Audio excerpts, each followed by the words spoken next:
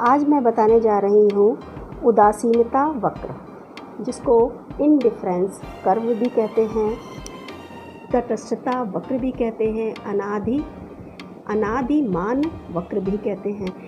ये कई नामों से जाना जाता है और लेकिन इंग्लिश में इंडिफरेंस कर्व के नाम से।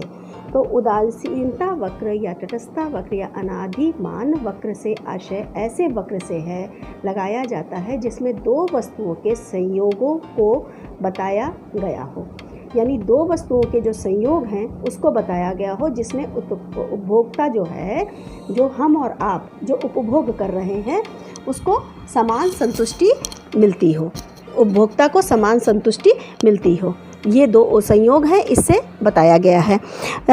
डिटेल में समझते हैं कि उपभोक्ता जो है, उदासीनता वक्र जो है, ये कहा जा सकता है कि ये दो वस्तुओं के विभिन्न संयोगों को स्पष्ट करता है।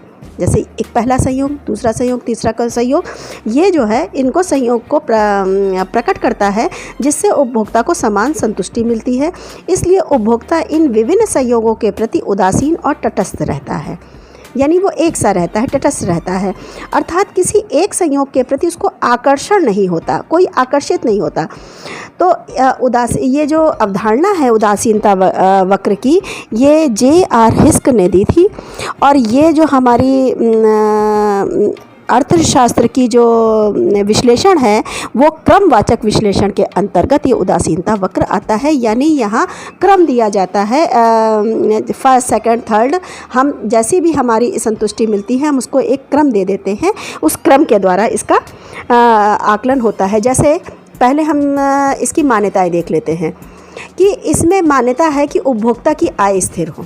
पहली मान्यता ये आती है कि उपभोक्ता की जो आय है वो स्थिर हो, यानी बढ़े घटे नहीं। बढ़े घटेगी तो उसकी जो संतुष्टि है, जो उसकी इच्छाएं हैं वो बढ़ने घटने लगती हैं। उपभोक्ता का व्यवहार विवेकपूर्ण होना चाहिए। ये हम लोग मानते हैं कि उपभोक्ता बहुत विवेकपूर्ण होता है और जो निर्णय लेता है वो ठीक ही लेता है। उपभोक्ता संयोगों से प्राप्त संतुष्टि वरीयता क्रम में है। ये उसकी वरीयता क्रम है कि वो पहले इसको प्रेफरेंस देगा कि फिर इसको देगा, फिर इसको देगा, फिर इसको देगा। माना उपभोक्ता को अगर सेब बहुत पसंद है और सेब उसमें आ रहा है तो वो एक संतरा और एक सेब ये संतुष्टि देगा, लेकिन फिर जैसे जैसे जैसे जैसे होता जाएगा और वो संतरे की मात्रा अगर बढ़ाता है तो सेब की मात्रा घटाता जाता है। वस्तु की कीमत में कोई परिवर्तन नहीं होता और ये भी हम मानते हैं कि वस्तु की कीमत में परिवर्तन नहीं होता है। उपभोक्ता दो प्रतिस्थापन वस्तुओं का उपभोग करता है। दो प्रतिस्थापन वस्तु का मतलब होता है अगर हमने इसका एक उपभोग किया तो इसका 9 कर रहे हैं, जब हमने इसको बढ़ा रहे हैं तो हमें इसको घटाना ही पड़ेगा, इसकी जगह प्रतिस्थापन जो है करना पड़ेगा। जैसे यहाँ पर प्रतिस्थापन दर निकल रही है, ये हमने 1 संतरा है और 9 सेब है। दूसरे में क्या है, हमने 1 इकाई इसकी बढ़ाई संतरे की तो 1 संतरे की इकाई बढ़ाई। इसमें से हमने कितनी कम करी, 2 सेब कम करे।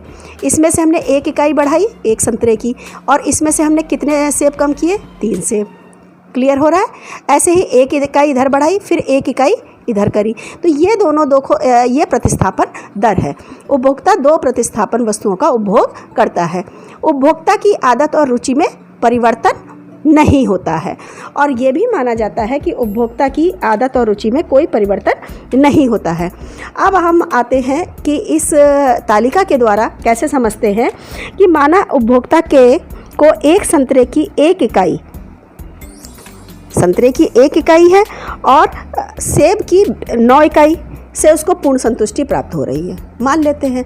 लेकिन फिर उसको लग रहा है कि नहीं, हमें 2 संतरे लेने हैं और फिर वो सेब की 1 इकाई से भी उसको संतुष्टि प्राप्त हो रही है। तो इस तरह से उसने ये क्रम एक निर्धारित कर दिया है। इसको हम ग्राफ के द्वारा जब हम समझ रहे हैं तो देखिए ये समझ में आ रहा है, ये सेब है, ये संतरा है, ठीक है, ये x वस्तु पर संतरा है और सेब है। तो हमने देखा कि 1 संतरे की है तो इसमें 9 इकाई है। इस तरह से उपभोक्ता का ढाल IC, इंडिफरेंस कर्व, IC यानी इंडिफरेंस कर्व, उदासीनता वक्र, ये नीचे की तरफ जा रहा है। ठीक है, अब उदासीनता वक्र की विशेषताओं पर हम आते हैं।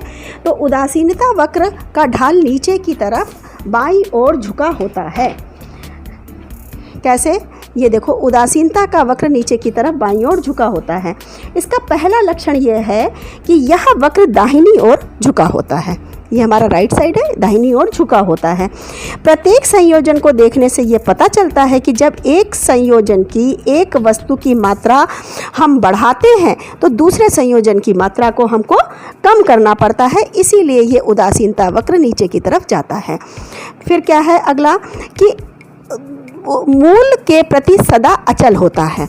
इसका मतलब क्या हुआ कि प्रायः देखा जाता है कि ज्यों-ज्यों हम x की मात्रा बढ़ा रहे हैं, जो हम x की मात्रा बढ़ा रहे हैं, त्यों-त्यों जो दूसरे की मात्रा है ये प्रतिस्थापित होती जा रही है, ये इसमें प्रतिस्थापित होती जा रही है, ये घटती जा रही है, प्रतिस्थापित होती जा रही है, यानी घटती जा रही है। तो ये ऐसे के ऐसे इधर की तरफ बढ़ती जा रही है, जैसे जैसे हम इसकी इकाई बढ़ा रहे हैं वैसे वैसे ये प्रतिस्थापित हो रही है। ऐसी स्थिति में उपभोक्ता जो है प्रतिस्थापित जो वस्तु है उसकी मात्रा को छोड़ने के लिए तैयार हो रहा है। जब वो ये छोड़ने के लिए तैयार हो रहा है तभी वो यहाँ बढ़ाने के लिए तैयार हो रहा है। इसी को हम प्रतिस्थापन का हाश्रित दर कहते हैं। इसी को हम प्रतिस्थापन का हाश्रित दर कहते हैं, यानी हाश्र यानी घटने का दर, गिरने का दर। ऐसी सीमांत उपयोगिता ह्रास नियम पर की क्रियाशीलता पर आधारित होती है, ये इसके कारण ही होता है। अगला आता है पॉइंट, उदासीनता वक्र कभी एक दूसरे को नहीं काटता है। कैसे? जैसे हमने ये उदासीनता वक्र बनाया, अब ये इस तरह से ऐसे नहीं काटेगा, ये कभी भी नहीं होगा। उदासीनता वक्र कभी भी एक दूसरे को नहीं काटता है, भले ही ये समानांतर चले, ऐसे चले, लेकिन ये काटेगा नहीं। उदासीनता वक्र विभिन्न कुल उपयोगों के संयोगों को दिखाते हैं कि यहाँ से हमारी जैसे जैसे चल रहा है कर्व है, अब हमने दूसरी तालिका बनाई तो वो यहाँ भी चल सकती है, ऐसे भी चल सकती है, इस तरह से हो सकता है। क्योंकि अधिक उपयोगिता वाला उदासीनता वक्र कम उपयोगिता वाली कुल जो पास होता है वो कम यूटिलाइज करता है, संतुष्टि कम देता है, और जो दूर दूर होता जाता है वो संतुष्टि ज़्यादा देता है। अब क्या आता है कि उदासीनता वक्र मूल बिंदु की दूरी से गहरा संबंध है। इसका क्या गहरा संबंध है? इसमें क्या है कि जैसे हमारा एक कर्व ऐसे है, उसके बाद दूसरा है, जैसे माना अब हमारे पास अभी मारुति कार है, कम पैसा है, थोड़ा बढ़ा, हमने और दूसरी नई गाड़ी खरीद ली, तीसरा खड़ा तो ऑडी खरीद ली। तो इस तरह से जैसे जैसे ये कर्व हमारा आगे बढ़ता चला जाता है वैसे वैसे संतुष्टि ज़्यादा बढ़ती जाती है, यानी मूल बिंदु से जो उपयोगिता उसका होता है, उदासीनता वक्र का मूल बिंदु से दूरी का गहरा संबंध होता है। जैसे जैसे उदासीनता वक्र मूल बिंदु से दूर होता जाता है उसकी कुल उपयोगिता अधिक होती जाती है। ऐसा इसलिए होता है क्योंकि मूल बिंदु से सबसे पास की रेखा न्यूनतम, ये सबसे पास की रेखा न्यूनतम और सबसे दूर की रेखा अधिकतम कुल उपयोगिता वाले संयोगों को दर्शाती है। अब पांचवा आता है मूल बिंदु की ओर उन्नोत्तर होता है। तुमने पीपीसी वाला जो वक्र पढ़ा था वाला, तो उत्पादन संभावना वक्र, उसमें था कि नतोदर होता है यानी ऐसे अंदर की तरफ होता है। ये क्या होता है? उन्नोत्तर होता है, इसको उन्नोत्तर बोलते हैं।